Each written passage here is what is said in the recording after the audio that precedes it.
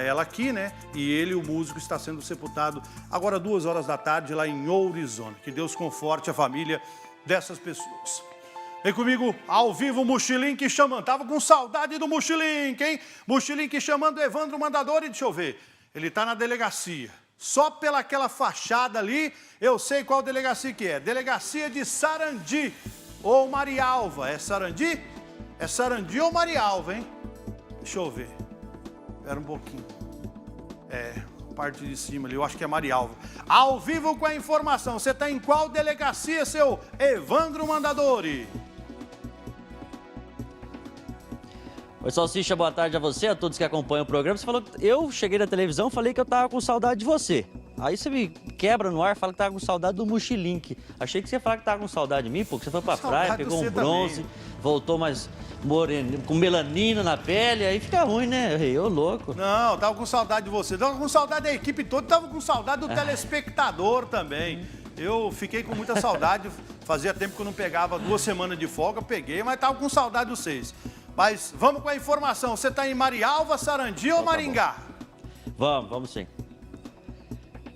Agradecer ao Nader e seja bem-vindo de volta. Eu estou aqui em Marialva, mas o assunto, Sal, agora é sério. Nós vamos falar a respeito daquele acidente que aconteceu no último dia 6, domingo, na BR-376, na qual 3 pessoas estavam em um veículo Corsa, voltando do sentido de Sarandi para Marialva, próximo ao posto antigo da Polícia Rodoviária Federal, quando o veículo Corsa parou na rodovia e logo na sequência uma caminhonete bateu na traseira violentamente e tirou a vida de Shirlene Hoffman, uma mãe de família, uma mulher que tem 4 filhos aqui em Marialva, muito conhecida, e nós tivemos a notícia triste de que há um outro ocupante do carro, de apenas 23 anos, um jovem que estava internado com ferimentos graves, ele acabou perdendo a vida também na manhã de hoje no hospital em que ele estava internado, viu, Sal? Notícia também muito triste aqui da capital da Uva Fina. Mas além dessa notícia triste, que foi a morte do segundo integrante ali do carro do Marialvense, nós estamos aqui ao lado do Dr. Adauir, que é delegado aqui de Marialva. Delegado, primeiramente, obrigado por nos atender. O senhor estava saindo para o horário de almoço, mesmo assim, gentilmente, conseguiu atender a gente agora. Delegado, o que nos intriga? O que o condutor da caminhonete falou em depoimento? Porque houve uma divergência no momento em que a Polícia Rodoviária Federal estava atendendo. Ele quis colocar que uma outra pessoa estava dirigindo, daí essa pessoa falou que não, que era ele que estava dirigindo. Aí ele não quis ser submetido ao teste do bafômetro, do etilômetro. O que ele falou no depoimento, delegado, que agora há pouco ele concedeu para você? Assim, em linhas gerais, ele assumiu, né, que ele era o condutor. As demais testemunhas que estavam com ele no veículo também foram claras em dizer que, de fato, ele era o condutor. Ele nega que ele tenha tentado atribuir a condução à filha dele, que era uma das ocupantes, né, do veículo. E ele, assim como as demais testemunhas que a gente já ouviu, ele coloca como elemento desencadeador do acidente, né, como motivo do acidente, uma senhora, né, que estava do lado esquerdo da pista e ela estaria tentando resgatar um cachorro. E aí, com isso, acabou havendo a parada logo à frente, né, do veículo que seguia na frente, e ele acabou colidindo. Ele não soube precisar mais ou menos em que velocidade ele estaria no momento da colisão. Isso é algo que nós vamos ter que buscar por exames periciais, né? Tentar determinar pelo menos aproximadamente qual seria essa velocidade. E ele, sim, em linhas gerais, ele disse que ele não se submeteu ao teste do bafômetro porque ele teria tomado um pequeno cálice de vinho, né, que ele teria só experimentado, que isso não seria determinante, né, para o que aconteceu, e assim, temendo alguma coisa, ele acabou não se submetendo ao teste do etilômetro. Tivemos uma pequena parada aqui, né, um ato de deselegância do condutor. Não sei se eu consegui, falar corretamente. Não, isso Solicitado. ficou bem compreensível. Delegado, uma outra pergunta. Eu conversei com várias testemunhas que procuraram a equipe da RIC TV, né, que procuraram as pessoas aqui em Marialva também.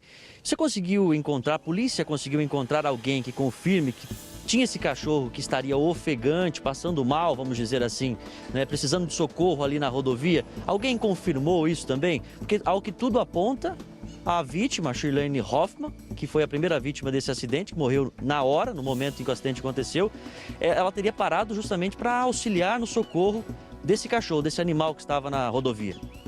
Olha, assim, uma testemunha que nos indique claramente que essa teria sido, assim, a atitude dela, né, que ela teria parado para ajudar, a gente não conseguiu identificar. O que a gente tem de certo é que, de fato, havia uma pessoa, né, à margem esquerda ali, muito próxima da via rápida, e que, de fato, ela estava tentando arrastar um cachorro, puxar um cachorro. E, assim, os elementos, né, nos indicam que, de fato, esse foi, vamos dizer assim, um elemento motivador para que a Shirlene parasse logo adiante. Infelizmente, houve a parada na via rápida e a colisão posterior. Mais uma pergunta que intriga, delegado. Se a gente analisar a imagem, e nós estamos com essa imagem agora no programa, mostrando que é a imagem de câmera de segurança que mostra o veículo parando depois da caminhonete colidindo. São cerca de 6 a 7 segundos da hora que ela para a hora que a caminhonete colide na traseira. Ela estava errada em parar na rodovia, só que quem bate atrás também está errado. Nós não somos nenhum especialista de trânsito. Mas qual que é o seu entendimento? Você acredita que houve imprudência por parte do condutor da caminhonete? Imprudência por parte dela? Qual que é o entendimento da polícia? Porque esse assunto divide muitas opiniões. Olha, de fato, né, a parada na via rápida, ela não é recomendável, né? Não é, assim, recomendável que se pare, né, na via rápida de uma pista que tem ali pista dupla, né? Mas, assim, o que vai ser determinante para nós, vamos assim, formarmos a nossa convicção, se houve ou não culpa, né, se houve imprudência por parte do motorista, o principal elemento vai ser a velocidade com que ele vinha. Porque, assim, a distância, obviamente, era uma distância regulamentar, né, que ele seguia atrás, porque o carro ficou parado ali cerca de 5 a 6 segundos. Mas, assim, o que chama a atenção é o impacto da batida, né? Porque houve, assim, a produção, os danos foram muito intensos, né? Acabou que a parte traseira do veículo, a metade do veículo foi destruída com impacto. E a caminhonete, ela percorreu ainda um trajeto considerável após o impacto, né? Então a gente vai analisar isso para tentar determinar aproximadamente qual seria a velocidade que ele estava, se essa velocidade é ou não compatível com a via rápida. De forma preliminar, já dá para saber que a velocidade era considerável, né? Era considerável, tanto pelos danos que foram produzidos no veículo, quanto por esse espaço que ela acabou ainda percorrendo após a colisão. O que ele vai responder a princípio, delegado? Em se configurando que houve imprudência por parte dele, né? Imprudência é elemento de culpa. Então nós estaríamos falando de um homicídio culposo. Aí ele responderia por homicídio culposo, que seria a hipótese do artigo 302 do Código Brasileiro de Trânsito. Vai aguardar a perícia, então. Vamos aguardar uma perícia para que nós possamos determinar, pelo menos aproximadamente, qual seria a velocidade. Aí vai caracterizar se foi culposo ou doloso.